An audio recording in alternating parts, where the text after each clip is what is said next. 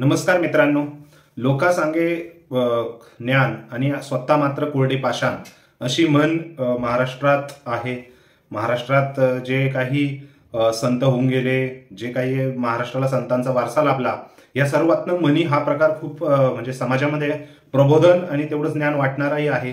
त्याच ही जी म्हण आपण ऐकली त्याच म्हणेला साजेसा असा प्रकार आता आपल्याला समोर येतोय, आणि तोही वारकऱ्यांमध्येच असलेल्या एका कीर्तनकारावर, ज्यांनी आता आपण कीर्तन करणं सोडून देऊ कारण आपल्याला ट्रोल करण्यात आलं आपल्या मुलीमुळं, असं त्यांनी कीर्तनात सांगितलं. अर्थातच आपण बोलतोय इंदोरीकर महाराज यांच्याबद्दल. इंदोरीकर महाराज यांचं कीर्तन व्हावं म्हणून भरपूर महाराष्ट्र राज्यातून भरपूर लोक त्यांच्या गावी जातात, त्यांची तारीख घेतात आणि त्यांना कीर्तनासाठी बोलवतात. त्यांचं कीर्तनही अर्थात खूप समाज प्रबोधनकारक असतं, लोकांनाही आवडतं कारण त्यावरती विनोदाची झालर असती. परंतु ह्याच विनोदाच्या झालरवरनं त्यांनी अनेक वेळा त्यांच्यावरती म्हणजे तेवढे आक्षेपही घेण्यात आले, त्याच्यावर त्यांना म्हणजे भरपूर टीकेला सामोरंही जावं लागलं. त्यानंतर त्यांनी मागील 3-4 वर्षापासून काही बंद करा, आपली कीर्तनांची रेकॉर्डिंग होणं थांबवा, असंही त्या आयोजकांना सांगितलेलं. त्यातूनही आता ते झालंय की त्यांच्या मुलीचा जो साखरपुडा झाला, ज्ञानेश्वरी हिचा साखरपुडा झाला, तो अगदी थाटामाटात झाला आणि ह्याच थाटामाटात झालेल्या साखरपुड्यावरनं त्यांच्यावरती टीकेची झोड उडाली की त्यांनी कीर्तनामध्ये भरपूर वेळेस सांगितलेलं की लग्न मोठं करण्यापेक्षा साधं करा. म्हणजे ते समाजाला उपदेश करायचे की साधं लग्न करा, साधं लग्न केलं तरीही मुलं होतात, असे भरपूर त्यांनी विनोदाची झालर देऊन समाज प्रबोधन केलं. आणि ज्यावेळेस आता स्वतःच्या मुलीचा साखरपुडा आला तर त्यांनी एकदम थाटामाटात केला. या दोन्ही गोष्टींची ही जी गोष्ट आहे, ह्या दोन्ही गोष्टींचं आपण दोन्ही बाजू चेक करणार आहोत.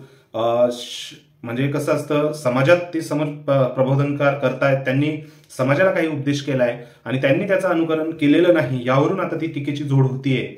आता ह्या टीकेच्या जोडीला कितपत योग्य अयोग्य हे आपण बोलू शकत नाही, कारण म्हणजे याचा अर्थ आपण का बोलू शकत नाही त्यांना असं नाहीये, परंतु शेवटी त्यांनीही समाज प्रबोधनकार करताना पैसा हा गोळा केलेला आहे. गोळा म्हणजे त्यांनी जे कीर्तनं केली त्यावरती त्यांना बक्षीस म्हणून, त्यांना जे काही मानधन म्हणून पैसे मिळाले, अर्थातच ती संपत्ती त्यांच्याकडे आहे. आणि मग जेव्हा स्वतःच्या मुलीचा लग्नाचा साखरपुड्याची वेळ आली त्यावेळेस त्यांनी निश्चितच तो पैसा खर्च केला, यात मला तरी काही वाईट वाटत नाहीये. परंतु भरपूर जणांनी सांगितलं की तुम्ही जर लोकांना उपदेश करता तर तुम्ही का म्हणजे लग्न केलं. शेवटी हे बघा, समाज प्रबोधनकार करत असताना इंदोरीकर महाराज यांनी समाजाला सांगितलं, कारण ती भीषण सत्यता आहे.